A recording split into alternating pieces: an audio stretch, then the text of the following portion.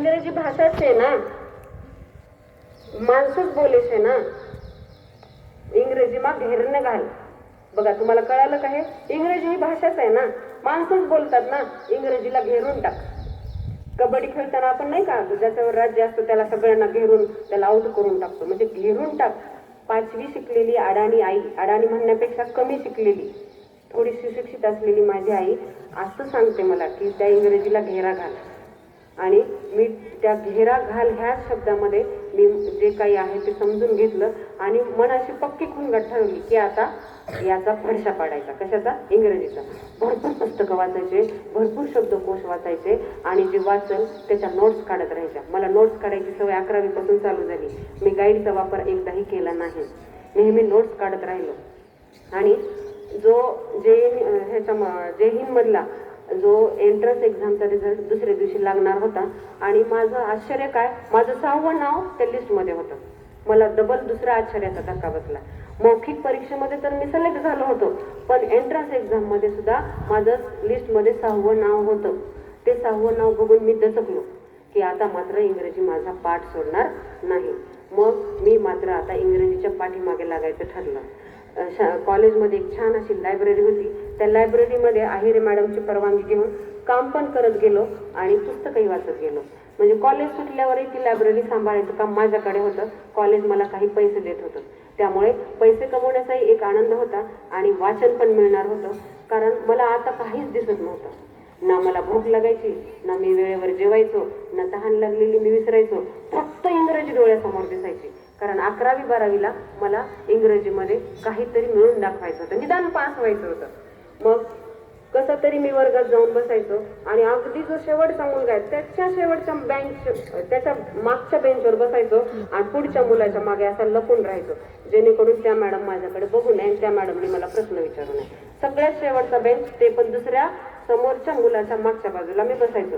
म्हणजे माझा आत्मविश्वास मी इथं गमवून चाललो होतो. कारण मला जर इंग्रजीत कोणी प्रश्न विचारला तर मी काय उत्तर देऊ?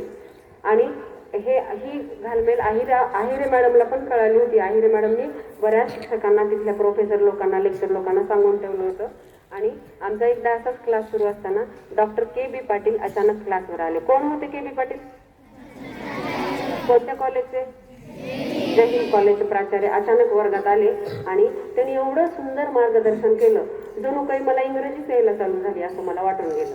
इंग्रजीचे सोपे सोपे वाक्य मला काही कळत होते आणि 90% वाक्य डोक्यावरून जात होते.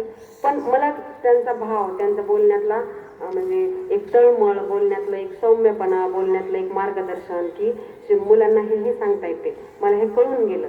आणि त्या के.बी. पाटलांच्या भाषणामुळे मला अजून थोडी ऊर्जा आल्यासारखी वाटली. काही कळालं, काही नाही कळालं, तरी पण मला छान वाटलं की के.बी. पाटील सर किती छान बोलतात, किती सौम्य भाषा आहे ती. आणि त्यांचं इम्प्रेशन माझ्यावर नकळत पडलं होतं.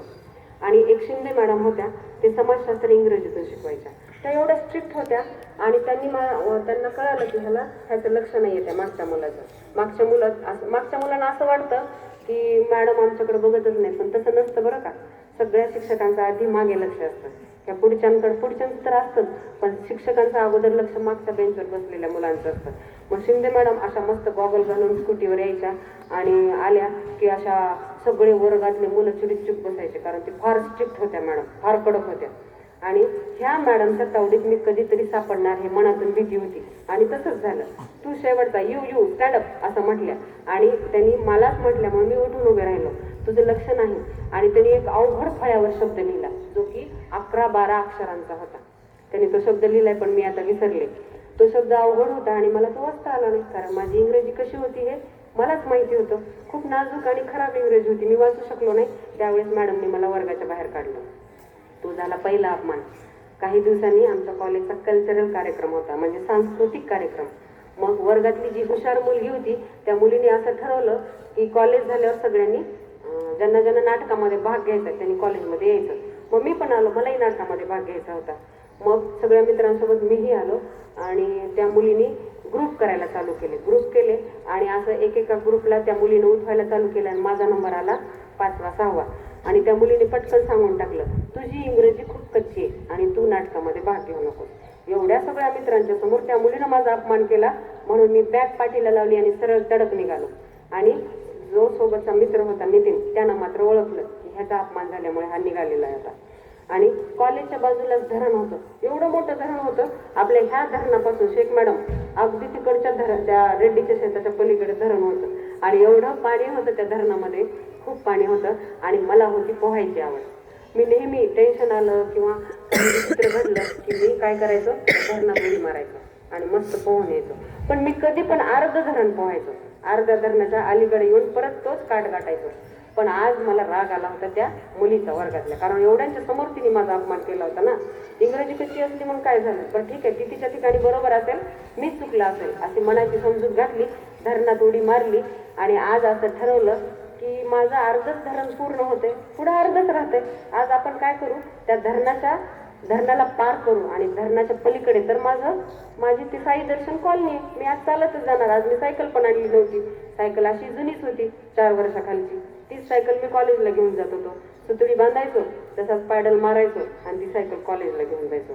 मग आज मी ठरवलं धरणात उडी मारायची आणि ते पूर्ण धरण पार करायचं, जे होईल ते होईल. त्यांनी धरणात उडी मारली भुराने, अर्ध धरण आलं.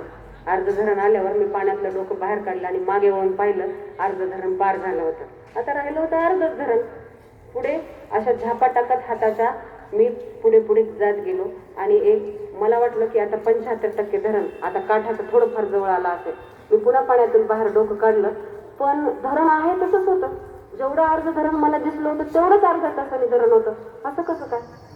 नंतर भराला लक्षात आलं, जेव्हा पाण्यात पडल्यावर अंतराचं जजमेंट आपल्याला येत नाही. पाण्यात ज्यांना पोहता येतं त्यांना माहिती आहे बघा. हे पाण्यात पडल्यावर जेवढं डिस्टन्स आपल्याला वाटतं ते पाण्यात पडल्यावर जास्त अंतर वाटतं ते. आणि इथं मात्र मी अंतराचा अंदाज घेण्यामध्ये सबसेल चुकलो होतो. आता एवढं धरण मी कसं पार करून देऊ, धरणात तर भरगच्च पाणी, पावसाळ्याचे दिवस होते. आणि आता ह्या क्षणाला मी इथं संपलो. एक क्षणभर मला वाटून गेलं आणि मी असा पाठीवर पालथा झालो, उलट पोहत गेलो. पाठीवर पोहताना मला हे निरभ्र आकाश दिसलं. किती मोठं आकाश आहे. एवढ्या मोठ्या आकाशासारखं जर मन केलं तर का नाही होणार, आणि मला का बरं नाही पोहता येणार.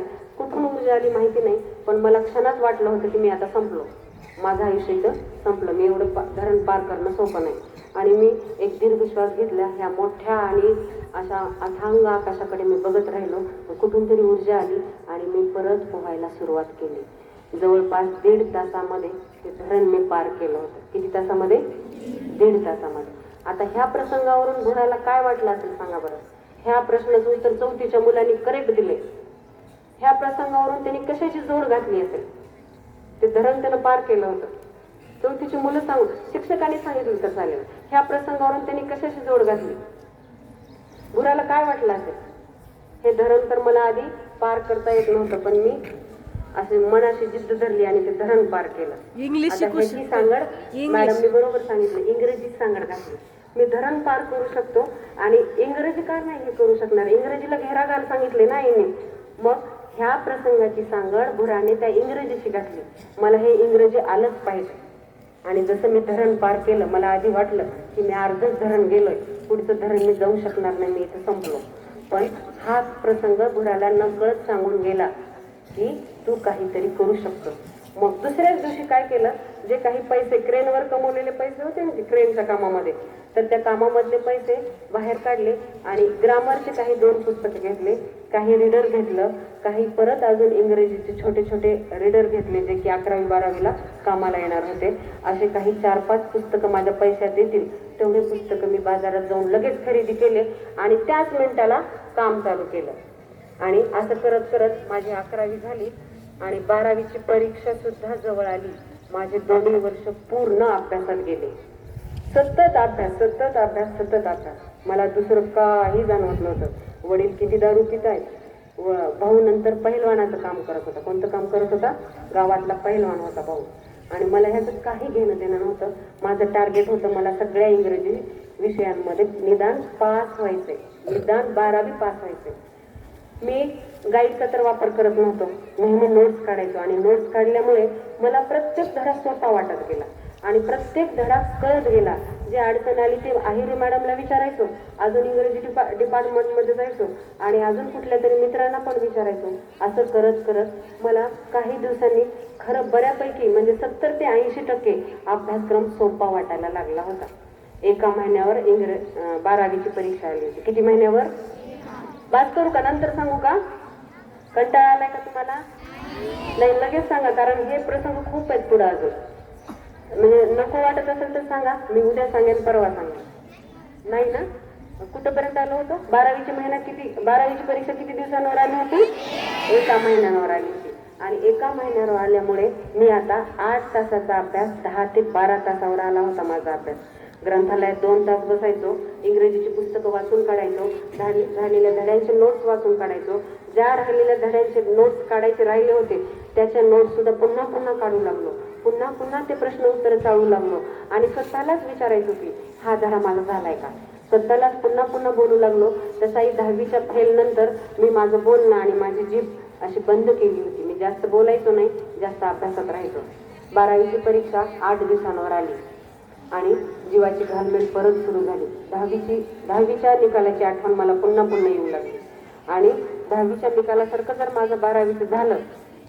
मुलांना ऊन लागते का खूप? ठीक आहे, सावलीत बसा. 12वीच्या निकालातही तसं झालं तर कसं होईल? पण पुन्हा एक मन म्हणायचं की नाही, माझा अभ्यास यावेळेस छान झालाय आणि मी चांगला अभ्यास करून चांगला पेपर सोडवणार आहे. मग माझ्या गावातच माझं ऍडमिशन असल्यामुळे मी तिथे गेलो आणि तिथे गेल्यानंतर माझा पेपर हा कॉपी सेंटरवर आला होता. कॉपी सेंटर पूर्वी खूप कॉपी चालायचा बघा. मुलांनी न बोलता बसता येतं, मुलांना न बोलता बसा, बाकीच्यांना तरी ऐकू द्या. मग 12वीचा परीक्षेचा दिवस उजाडला. मी पूर्ण तयारीने 12वीच्या परीक्षेमध्ये उतरणार, 12वीचे पेपर असे मन लावून सोडवणार असं स्वतःशी बोलत राहिलो आणि 12वीचे पेपर जसं मी ठरवलं होतं त्याप्रमाणे मला पेपर सोडवायचा होता आणि त्याप्रमाणे मी पेपर सोडवला. पण झालं काय, इंग्रजीच्या पेपरला परत स्कॉड आला. स्कॉड माहितीये तुम्हाला? बसून घ्या.